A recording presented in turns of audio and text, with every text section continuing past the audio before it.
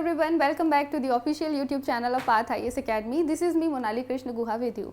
आज के सेशन में हमारा टॉपिक क्या है? 80 years of the United Nations 1945 to 2025. Title से ही आप समझ गए होंगे, यूएन को, यूनाइटेड नेशंस को एग्जिस्टेंस में आए 80 साल हो चुके हैं और ये बहुत लंबी जर्नी है। उसी के बारे में आज हम बहुत सारी चीज़ें डिटेल में यहाँ पर समझेंगे। यहाँ पर हम सबसे पहले देख लेते हैं कि यूपीएससी के लिए इस पर्टिकुलर टॉपिक का सब्जेक्ट रिलेवेंस क्या है। So this is related to the GS paper 2 international relations. वहाँ पर आपका माइक्रो टॉपिक आता है इंटरनेशनल ऑर्गेनाइजेशंस, तो ये उसी का एक पार्ट है, ये उसी को कवर करता है। यूनाइटेड नेशंस आपकी एक की मल्टीलैटरल इंस्टीट्यूशन है जो बहुत सारे देशों से मिलकर बनी हुई है। उसके बारे में बहुत सारी जानकारी आज के सेशन में हम कवर करने वाले हैं। न्यूज़ को थोड़ा सा डिटेल में देख लेते हैं। न्यूज़ क्या है? United Nations UN marks it's 80th anniversary in 2025। UN day celebrate किया जाता है हर साल, ध्यान रखिएगा, 24 अक्टूबर को, और इस साल भी 24 अक्टूबर 2025 को ये सेलिब्रेट किया गया है। इसी दिन यूएन का जो चार्टर था वो 1945 में एग्जिस्टेंस में आया था, इसको इनफोर्स किया गया था। सिग्निफिकेंस क्या है इसका? It reflects on 80 years of the global peacekeeping, human rights, development and climate action efforts. So यहाँ पर बहुत सारे डायमेंशंस में यूएन काम करता है और ये जो कंप्लीट जर्नी है ये इसी के इम्पैक्ट को शो करती है। Apart from this, recent updates क्या है? यहाँ पर मार्च 2025 में यूएन 80 इनिशिएटिव लिया गया था और इसमें बहुत सारे यूएन में बहुत सारे मॉडर्नाइजेशंस लाने के लिए ही यहाँ पर ये जो यूएन 80 इनिशिएटिव है इसको अभी इसी साल मार्च में स्टार्ट किया गया है, लॉन्च किया गया है। बहुत सारे जो ग्लोबल लीडर्स हैं, बहुत सारे अलग अलग देशों के जो लीडर्स हैं, उन्होंने यूएन की समिट्स में बहुत सारे डिफरेंट टॉपिक्स पर चर्चाएँ की हैं, जैसे कि रिफॉर्म्स, मल्टीलैटरलिज्म, आपके जो एसडीजी गोल्स हैं, सस्टेनेबल डेवलपमेंट गोल्स, उनको लेकर भी यहाँ पर और भी कई मुद्दों पर यहाँ पर चर्चाएं समिट्स में होती रहती हैं। अगर हम बात करें तो ये जो पर्टिकुलर इस बार का सेलिब्रेशन है उसमें हमारा भी काफ़ी कुछ कंट्रीब्यूशन रहा है। हमने भी इंडिया को यहाँ पर रिप्रेजेंट किया है। It highlights India's role in peacekeeping, SDG, climate diplomacy and UNSC reform. इन सब के बारे में हम आगे आने वाले स्लाइड्स में डिटेल में चर्चा करेंगे। नाउ इंट्रोडक्शन अगर हम देख लें थोड़ा सा यूएन का, तो United Nations was created after World War II to prevent future wars and promote international cooperation. अगर आप मेजरली देखें तो आपका ये जो वर्ल्ड वॉर II था, विश्व युद्ध जो 2 हुआ था, उसके बाद से ही विश्व में ऐसी परिस्थितियां दोबारा न आए, देशों के बीच में संबंध अच्छे रहें, सुरक्षा रहे, शांति रहे, विश्व में शांति रहे, बंधुत्व रहे, उस उद्देश्य के साथ में यूएन को शुरू किया गया था ताकि इंटरनेशनली कोऑपरेशन अच्छे से हो पाए। A platform should be there जिसमें प्रॉपरली अच्छे से रूल्स रेगुलेशन को फॉलो करते हुए आपसी सहमति से, आपसी कोऑपरेशन से विश्व में हम शांति और सुरक्षा को बरकरार रख पाएँ। इसके लिए इसकी शुरुआत की गई थी। यूएन का जो चार्टर था, ध्यान रखिएगा, 26 जून 1945 को साइन किया गया था सैन फ्रांसिस्को में और it came into force on 24 अक्टूबर 1945। सो ये जून में साइन हुआ था एंड अक्टूबर में इसको एनफोर्स कर दिया गया था। और इसी दिन 24 अक्टूबर को ही क्या सेलिब्रेट किया जाता है? United Nations day. हर साल इसको सेलिब्रेट किया जाता है। थोड़ा सा आगे बढ़ते हैं। मेंबरशिप की अगर हम बात करें तो ये 51 कंट्रीज़ के साथ स्टार्ट हुआ था, यानी कि 51 नेशंस ने एट द इनिशियल टाइम इसको ज्वाइन किया हुआ था। अब आप देखते हैं, so this is 193 countries in 2025। इसका जो हेडक्वार्टर्स है वो कहाँ पर है? न्यूयॉर्क में, यूएसए में।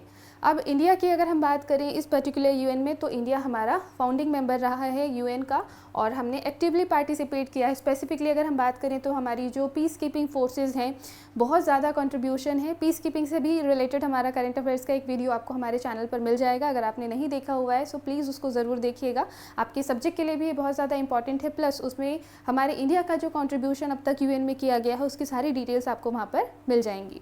Apart from this, peace keeping के भी अलावा हमने ग्लोबल डेवलपमेंट गोल्स को भी अचीव करने के लिए एंड मल्टीलैटरलिज्म में बहुत सारा हमारा कंट्रीब्यूशन दिया हुआ है।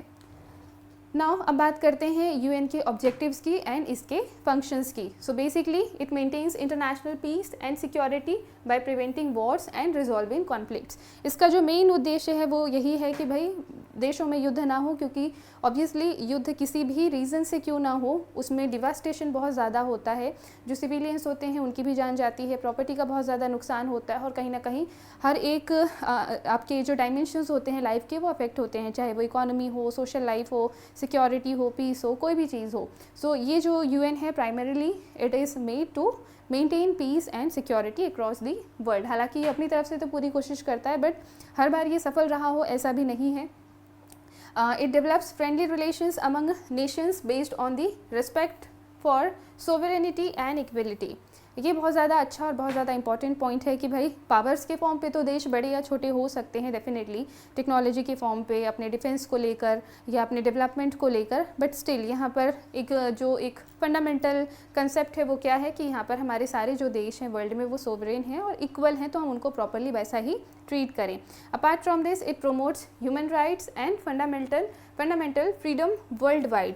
ये बहुत ज़्यादा अच्छी बात है इनकी कि ये रूट लेवल पर जाकर भी काम करते हैं ताकि वहाँ के जो लोग हों कहीं पर भी, स्पेशली जो कॉन्फ्लिक्ट रीजन होते हैं उनके वहाँ पर इनकी जो पीस कीपिंग फोर्सेस होती हैं वो जाकर ग्राउंड लेवल पर काम करती हैं ताकि जो लोग भी किसी भी तरह की नेगेटिव एट्रोसिटी से या किसी भी तरह के इस तरह के इंस्टेबिलिटी से परेशान है तो उनको प्रॉपरली अच्छे से समय रहते राहत पहुँचाई जा सके।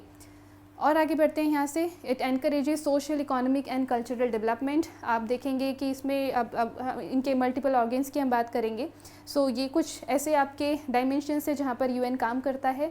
It serves as a platform for international cooperation and international cooperation on global issues. यहाँ पर डेफिनेटली जितनी भी समिट्स होती हैं, इनकी जो मीटिंग्स होती हैं उसमें प्रॉपरली जो भी मुद्दे होते हैं उन पर चर्चाएँ की जाती हैं, कंक्लूजन पर पहुँचने का प्रयास किया जाता है। मेन ऑर्गेन्स की अगर हम बात करें so this is United Nations General Assembly. Apart from this Security Council है UNSC, International Court of Justice and Economic and Social Council. And apart from this Trusteeship Council, ये फिलहाल इनएक्टिव है 1994 के बाद से, एंड यूएन सेक्रेटेरिएट है। सो ये इनकी कुछ ऑर्गेनाइजेशंस हैं, इसी के थ्रू, इन ऑर्गेनाइजेशंस के थ्रू ही यूएन फंक्शन करता है। मेजर अचीवमेंट्स की बात की जाए तो भाई 80 साल की जर्नी में इन्होंने बहुत कुछ अचीव किया हुआ है और ये डेफिनेटली रिमार्केबल है। पीस कीपिंग की अगर हम बात करें so UN has deployed more than 70 peacekeeping missions. Peacekeeping missions क्या होते हैं आपके, इनके प्रोजेक्ट होते हैं, इनके ट्रूप्स होते हैं, इनके ऑफिसर्स होते हैं, और जहाँ पर भी कोई कॉन्फ्लिक्ट हो रहा होता है या जहाँ पर भी कोई नेचुरल डिजास्टर्स आई है या जहाँ पर भी ह्यूमैनिटेरियन असिस्टेंस की ज़रूरत है, पीस कीपिंग के किसी भी डायमेंशन की ज़रूरत है हेल्प के लिए, तो वहाँ पर उनको प्रॉपरली डिप्लॉय किया जाता है। तो यहाँ पर इनके 70 से ज़्यादा peacekeeping missions already deployed हैं। स्पेशली अगर हम बात करें कुछ एग्जांपल की, तो जो कॉन्फ्लिक्ट जोन्स हैं like Congo, Lebanon and South Sudan, यहाँ पर आप पाएंगे कि इनके ये जो पीस कीपिंग मिशंस वगैरह हैं वो एग्जिस्ट करते हैं। अपार्ट फ्रॉम दिस डीकोलोनाइजेशन की अगर हम बातचीत करें यहाँ पर, so supported independence of more than 80 countries. 80 से ज़्यादा कंट्रीज़ के इंडिपेंडेंस को यूएन ने सपोर्ट किया है। एग्जाम्पल यहाँ पर आप देखेंगे Asia, Africa, Caribbean and Pacific region के जो नेशंस हैं वहाँ पर आपको इसके अच्छे एग्जाम्पल्स मिल जाएंगे। यहाँ पर आपको ये भी चीज़ ध्यान रखनी है कि पीस कीपिंग मिशंस इस्टेब्लिश करना अलग होता है और अपने ट्रूप्स को मदद के लिए भेजना अलग होता है। सो बहुत सारे ऐसे भी एरियाज़ रहे हैं जहाँ पर प्रॉपरली पीस कीपिंग मिशंस ज़रूरत थी बट फिर भी इस्टेब्लिश नहीं किए जा सके, उनके अपने अलग रीजन्स होते हैं। Apart from this human rights की अगर हम बात करें तो उसको लेकर भी इनका काफ़ी अच्छा कंट्रीब्यूशन रहा है। Universal declaration of human rights, UDHR कहा जाता है इसको, ये 1948 में लेकर आए थे।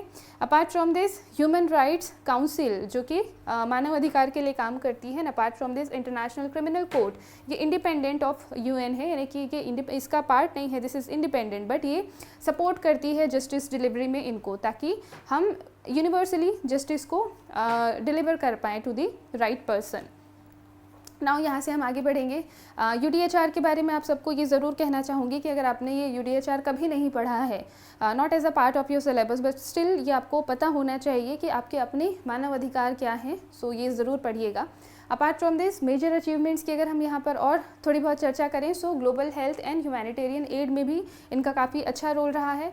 WHO eradicated small pox and coordinated covid vaccine distribution through Covax, तो ये काफ़ी अच्छा ह्यूमैनिटेरियन असिस्टेंस था जिससे काफ़ी ज़्यादा लोगों की जानें बचाई जा सकी। अपार्ट फ्रॉम दिस UNHCR की अगर हम बात करें, United Nations high commissions for refugees, जो रिफ्यूजीज़ के लिए काम करती है इनकी body. And apart from this World Food Programme provide food and shelter to millions affected by the wars or disasters। So ऐसी situations में भी लोगों को humanitarian assistance इनके द्वारा पहुँचाए गए हैं। नाउ डेवलपमेंट गोल्स की अगर हम बात करें, सो मिलेनियम डेवलपमेंट जो गोल्स हैं 8 थे नंबर्स में, ये सन 2000 से लेके 2015 तक के, और SDG जो हैं आपके 17 गोल्स हैं, ये सस्टेनेबल डेवलपमेंट गोल्स 2030 तक अचीव करने का इनका टारगेट है। It guides countries to reduce poverty, hunger and inequality, यानी कि वर्ल्ड को अपलिफ्ट करने का इनका टारगेट है अपने डेवलपमेंट गोल्स के द्वारा। इस पर भी काफ़ी कुछ काम किया गया है। इंडिया ने भी काफ़ी रिमार्केबल इसमें अचीवमेंट्स पाई हैं, लेकिन कुछ एरियाज़ अभी भी ऐसे हैं जिसमें अभी भी हमको समय लगेगा अपने टारगेट्स को अचीव करने में।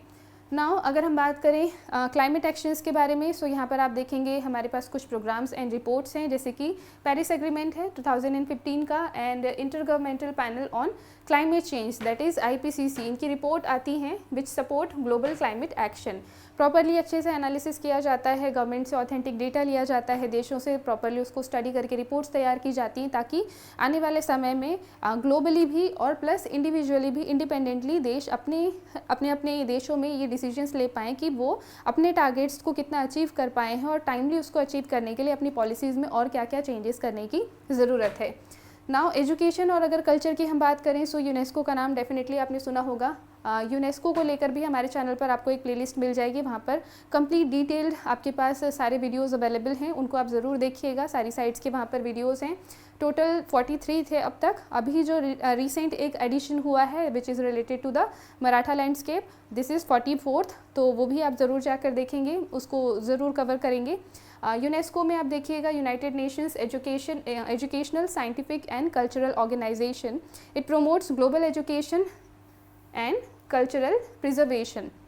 आपकी जो यहाँ की हेरिटेज साइट्स होती हैं उनका प्रॉपर जो प्रिजर्वेशन है वो यूनेस्को के थ्रू ही प्रॉपरली अच्छे से रजिस्ट्रेशन करके यहाँ पे अच्छे से गवर्नमेंट्स करती हैं।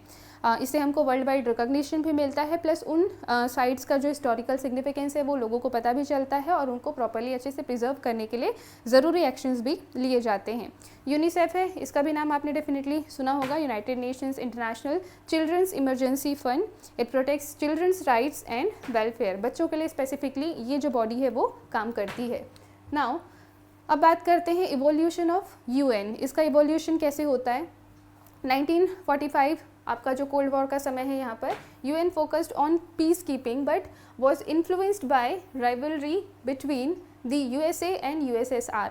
दोनों क्या है, परमानेंट मेंबर्स हैं, दोनों के पास वीटो पावर है, तो अगर कोई एक भी वीटो पावर का यूज़ कर लेता है सो बाकियों के फिर वोट्स उतने ज़्यादा मैटर नहीं करते हैं, फिर जो ये वो मतलब जो ये कहेंगे वही होगा।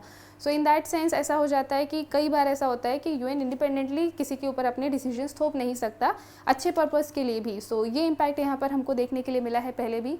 पोस्ट कोल्ड वॉर की अगर हम बात करें, सो यहाँ पर UN expanded its role in humanitarian interventions and nation building, example Namibia. तो लोगों की मदद करने को लेकर, देशों को सशक्त बनाने को लेकर भी यहाँ से समय के साथ में अच्छे और इम्प्रूवमेंट्स हमको UN में देखने के लिए मिले हैं। 21st सेंचुरी के अगर हम कंट्रीब्यूशंस की बात करें, सो बेसिकली इनका जो फोकस है अभी वो ग्लोबल इश्यूज़ पर है, जैसे कि क्लाइमेट चेंज है, apart from this sustainable development and digital governance and response to the pandemics and conflicts. कोविड-19 के टाइम पे भी इनका काफ़ी ज़्यादा अच्छा कंट्रीब्यूशन देखा गया है। सो फिलहाल करंट टाइम में केवल पीस और सुरक्षा के अलावा भी जो भी ऐसे ग्लोबल इश्यूज़ हैं जो करंट टाइम में देशों को परेशान कर रहे हैं, अब UN उस पर भी काफ़ी अच्छे से डेडिकेटेडली फोकस कर रहा है, वर्क भी कर रहा है। नाउ इंडिया की अगर हम बात करें, इंडिया इन द UN, सो यहाँ पर हम देखेंगे कि इंडिया हमारा शुरू से ही क्या रहा है, फाउंडिंग मेंबर रहा है UN का, एंड हमने बहुत सारे हमारे ट्रूप्स को कंट्रीब्यूट किया है UN की पीस कीपिंग फोर्सेस में। और अपार्ट फ्रॉम दिस बहुत सारे मिशंस भी डिप्लॉयड हुए हैं एशिया और अफ्रीका में। Apart from this India advocates UN Security Council UNSC reform to include emerging powers for the fairer representation, यानी कि वो जो केवल 5 देशों को जो वीटो पावर मिली हुई है उसी के यहाँ पर एक तरीके से इसमें और भी देशों को इंक्लूड करने के लिए यहाँ पर हमेशा से इंडिया कहता आया है। Promote sustainable development goals SDGs, climate action and gender equality. Apart from this soft power initiative है, यानी कि कल्चरली या एक कम्युनिकेशन वे में हम जैसे देशों को आपस में कनेक्ट करते हैं उसके भी इनिशिएटिव्स इंडिया ने लिए हैं। इंटरनेशनल योगा डे सेलिब्रेट किया जाता है। वैक्सीन मैत्री जैसे जो प्रोग्राम्स हैं वो चलाए जाते हैं ताकि हम ग्लोबल ह्यूमैनिटेरियन सपोर्ट कर सकें, और हमारे इस तरह के जो प्रयास हैं उनको लेकर वर्ल्ड वाइड काफ़ी रिकॉग्निशन भी इंडिया को मिला है। India acts as the voice of the global south, ये आप ध्यान रखेंगे। Advocating a multipolar world order. So India न केवल अपने आप को रिप्रेजेंट करता है बल्कि कई ऐसे मुद्दों को सामने रखता है जो कि हमारे आसपास के देशों को भी परेशान करते हैं। नाउ अब हम बात करते हैं UN80 इनिशिएटिव की, जो कि इसी साल 2025 में मार्च में इनिशिएट किया गया है, शुरू किया गया है, लॉन्च किया गया है। So it is launched in March 2025 by UN secretary general. Apart from this आप देखेंगे कि यहाँ पर अगर हम इसके गोल की बात करें, सो बेसिकली इसका गोल क्या है कि हम UN को मॉडर्नाइज़ करें ताकि आज के समय की जो ग्लोबल चैलेंजेस हैं हम उसको काउंटर कर पाएँ और हमारे आज के समय की जो वर्तमान नीड है देशों की उसको प्रॉपरली अच्छे से पूरा किया जा सके। अब ये जो आपका जो इनिशिएटिव है UN80 इनिशिएटिव, ये बेसिकली कौन कौन से एरियाज़ में काम करता है उसको समझ लेते हैं। पहला एरिया क्या है यहाँ पे, एफिशिएंसी एंड इफेक्टिवनेस, यानी कि काम बेहतरीन तरीके से हो, remove duplicate programmes and reduce bureaucracy. So that यहाँ पे हम इसका मेन उद्देश्य क्या है कि जो भी काम किए जा रहे हैं ना उसका इम्पैक्ट प्रॉपरली पब्लिक को देखने के लिए मिले। ऐसा ना हो कि सेम प्रोग्राम अलग अलग नाम से चल रहे हैं या अच्छे से उनको सिंक नहीं किया गया है। प्रॉपरली अच्छे से बेटर वे में मैनेजमेंट को और ज़्यादा बेहतर किया जाए ताकि हाँ जो हम जो एक आउटकम चाह रहे हैं जनरल पब्लिक के लिए वो उस पब्लिक को मिलकर रहे। Apart from this mandate review की बात की जाती है यहाँ पर। It evaluates and remove outdated directives for the faster action. Mandates में क्या होता है कि काम कैसे होगा उसकी यहाँ पर डिटेल होती है, इनके अपने रूल्स होते हैं जिसको सभी लोग फॉलो करते हैं। इन मैंडेट्स को टाइम टू टाइम अपडेट किया जाता है ताकि किसी भी तरह की रिडंडेंसी ना हो, किसी भी तरह का कॉन्फ्लिक्ट ना हो, एंड ऑब्वियसली सारे देशों को इक्वल रिस्पेक्ट पे की जाती है ताकि काम बेहतरीन तरीके से आगे चल पाए। Next thing is structural realignment. It reshapes programmes and institutions to work better. ये समय समय पर किया जाता रहता है ताकि प्रॉपरली प्लान्स या जो कोई भी प्रोग्राम्स या प्रोजेक्ट डिज़ाइन किए गए हैं उनका ऑन ग्राउंड अच्छे से इम्प्लीमेंटेशन हो और हमने जो भी गोल सेट किए हैं वो हम अचीव कर पाएँ। नेक्स्ट थिंग इज़ अगर हम बात करें यहाँ पर चैलेंजेस कौन कौन से फेस कर रहा है UN। सो सबसे पहला है outdated security council. The 5 permanent members USA, UK, Russia, China and France have the veto power blocking reforms। veto powers का मतलब यहाँ पर एक्चुअली होता क्या है कि अगर 10 लोग हाँ कह रहे हैं और किसी एक के पास veto power है और उसने ना कह दिया है तो उसका ना ज़्यादा भारी होगा, ना ही माना जाएगा।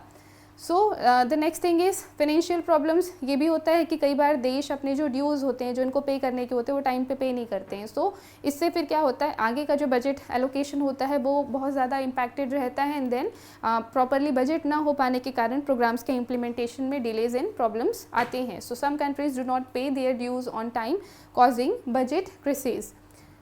Next thing is declining trust in multilateralism, rising nationalism and regional alliances reduce faith in UN cooperation। हालांकि जब इस तरह के alliances बन रहे हैं तो obviously उनसे काम भी बहुत अच्छा हो रहा है, but that doesn't mean कि UN अच्छा काम नहीं कर रहा है, but this is something कि ये भी एक अपने आप में challenge है UN के लिए। Now slow response to crises। UN struggles to act quickly during pandemics, conflicts and natural disasters। अभी आप यूक्रेन रशिया वाला ही टाइम देख लीजिए, कब से चल रहा है ये इसराइल पैलेस्टीन का इशू देख लीजिए। सो यहाँ पर ये चीज़ें क्या पता चल रही हैं कि बॉडीज़ हैं, काम भी चल रहा है, बट उतना एफिशिएंट नहीं है जितना होना चाहिए था और जितना एक्सपेक्ट किया जाता है even after 80 years of its existence. Now peace keeping की अगर हम बात करें तो उसमें भी लिमिटेशंस फेस करता है UN। It can not prevent all Wars. सारे वॉर्स को ये प्रिवेंट नहीं कर सकता है। एग्जाम्पल यहाँ पर मल्टीपल आपको एग्जाम्पल्स दिख जाएंगे जहाँ पर इवन कई बार तो मतलब मास मैसेकर भी अगर आप देखते हैं तो होता है, जेनोसाइड होता है, लोग कई बार तो इंटरनल कॉन्फ्लिक्ट भी होता है। तो कई बार ऐसा होता है कि UN अपनी पीस कीपिंग फोर्सेस भी नहीं भेज पाता है, या अगर भेज भी दिया है तो वो उतना इफेक्टिव इम्प्लीमेंटेशन अपने प्लान का नहीं कर पाते हैं। नाउ अब इसमें हम अगर रिफॉर्म्स की बात करें तो किस किस तरह के रिफॉर्म्स की आवश्यकता है उसको यहाँ पर हम डिस्कस कर लेते हैं। सबसे पहला है expand UN Security Council to include India, Brazil, Japan, Africa for fairer representation। Obviously अभी आपने देखा 5 आपको वीटो पावर वाले देश दिख गए हैं, तो यहाँ पर ये भी ज़रूरी है कि और भी ज़्यादा मेंबर्स को इसमें इंक्लूड किया जाए परमानेंट सीट्स पर। Apart from this, ensure financial stability and transparency in operations. Financial stability के लिए ज़रूरी है भाई कि फंड्स का जो फ्लो हो प्रॉपर हो और टाइम पर हो, इसको लेकर प्रॉपरली अच्छे से रूल्स बनाए जाएं। एंड अपार्ट फ्रॉम दिस, देश एक दूसरे को भी सपोर्ट करें। Empower regional offices and field missions to respond faster to the emergencies, यानी कि वहाँ के मिशंस तो खैर भेजे जाते ही हैं, बट इसके अलावा भी देशों में भी इनके जो रीजनल ऑफिसेस हैं एंड जो फील्ड मिशंस हैं उनको और ज़्यादा एम्पावर करने की ज़रूरत है, ताकि जैसे ही कोई समस्या आए टाइमली रिस्पॉन्स किया जा सके, ताकि वहाँ की जो समस्याएं हैं उनको समय रहते जल्दी से जल्दी सॉल्व किया जा सके। यूज़ टेक्नोलॉजी एंड AI, ये आज के समय की जो नई टेक्नोलॉजी है इनका इस्तेमाल किया जाना चाहिए to improve peace keeping and humanitarian aids. Apart from this, strengthen justice, human rights and accountability globally. सबकी जिम्मेदारी को एश्योर करना भी बहुत ज़्यादा ज़रूरी है। अकाउंटेबिलिटी पर काम करने की ज़रूरत है। ह्यूमन राइट्स पर काम हो रहा है, बट और ज़्यादा तेज़ रफ्तार के साथ और ज़्यादा अच्छे इम्पैक्ट के साथ यहाँ पर करने की ज़रूरत है। और जस्टिस के लिए तो ऑब्वियसली आप देखते ही हैं कि हर जगह पर आप पाएंगे, लगभग हर देश में पाएंगे कि केसेस की पेंडेंसीज बहुत ज़्यादा हो जाती हैं। So these are all the things जिस पर और बेटर रिफॉर्म्स की ज़रूरत है। ग्लोबल गवर्नेंस एंड अब बात कर लेते हैं न्यू मल्टीलैटरलिज्म की। So world is becoming multipolar with rising powers in Asia, Africa and Latin America. UN remains important, but यहाँ पर एक और मुद्दा क्या है, रीजनल फोरम्स जो आ रहे हैं and issue based coalitions also address global problems effectively. So एक ये भी पार्ट है कि भाई नए नए जो आपके रीजनल ग्रुप्स बनते जा रहे हैं वो भी कहीं ना कहीं अल्टीमेटली सबका एम एक ही है, चाहे हम बात करें UN की या फिर जो दूसरी रीजनल ऑर्गेनाइजेशंस बनती हैं या टाइम टू टाइम जिस तरह की ऑर्गेनाइजेशंस बनती जाती हैं, उन सबका उद्देश्य लगभग एक ही लाइन पे रही है। लेकिन ये अपने आप में एक कॉम्पिटिटिव चैलेंज है UN के लिए। India supports inclusive global governance, balancing interest of all countries। सो ये यहाँ पर हमारे इंडिया का एक प्रॉपर एक स्टैंड रहा है शुरू से। कंक्लूजन की अगर हम बात करें इस पूरे कंसेप्ट की, सो UN at 80 is a symbol of hope and cooperation, दो नॉट परफेक्ट। ऑब्वियसली भाई दुनिया में कुछ भी यूजुअली परफेक्ट तो नहीं होता है। सो UN भी अभी फ़िलहाल परफेक्ट नहीं है, बट स्टिल अपनी 80 साल की सर्विस में इसने काफ़ी कुछ अचीव किया है। अचीवमेंट्स इसने कौन कौन से पर्टिकुलर डोमेन्स में ली हैं? So this is for the peace, human rights, development and climate action. Challenges क्या क्या हैं? रिफॉर्म्स की तो ऑब्वियसली ज़रूरत है ही, और मल्टीपोलर जो वर्ल्ड है उसके जो डायनामिक्स हैं वो इसके लिए कहीं ना कहीं चैलेंज क्रिएट कर देते हैं।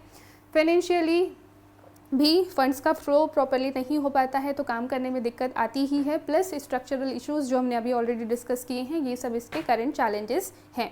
आगे क्या किया जा सकता है? सो रिफॉर्म्स किए जाएं, इनोवेशंस लाया जाए, इंक्लूसिविटी लाई जाए, यानी कि और अच्छे से देशों को इन्वॉल्व किया जाए, एंड मल्टीलैटरल कोऑपरेशन को थोड़ा और ज़्यादा हमको यहाँ पर फोकस करने की ज़रूरत है, ताकि जो UN का मेन उद्देश्य है सुरक्षा, शांति, ये सब इंटरनेशनल कोऑपरेशन, ये सब अच्छे से एग्जीक्यूट किया जा सके। UN remains the best platform for dialogue and collective action. ये तो अभी भी भाई सिद्ध हो चुका है ऑलरेडी। बहुत सारे ऐसे इश्यूज़ रहे हैं जहाँ पर UN के होने की वजह से ही इश्यूज़ को समय रहते संभाला जा सका है।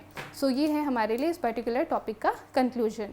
यहाँ पर हमारा ये टॉपिक कंप्लीट होता है। हमने बहुत सारी चीज़ों को डिस्कस किया है। अगर आपको ये वीडियो पसंद आया हो so please do not forget to like, comment, share and subscribe. अगर आपके कोई डाउट होते हैं तो आप हमसे बिल्कुल पूछ सकते हैं। जुड़े रहिए हमारे चैनल के साथ। Have a nice day ahead. Thank you so much.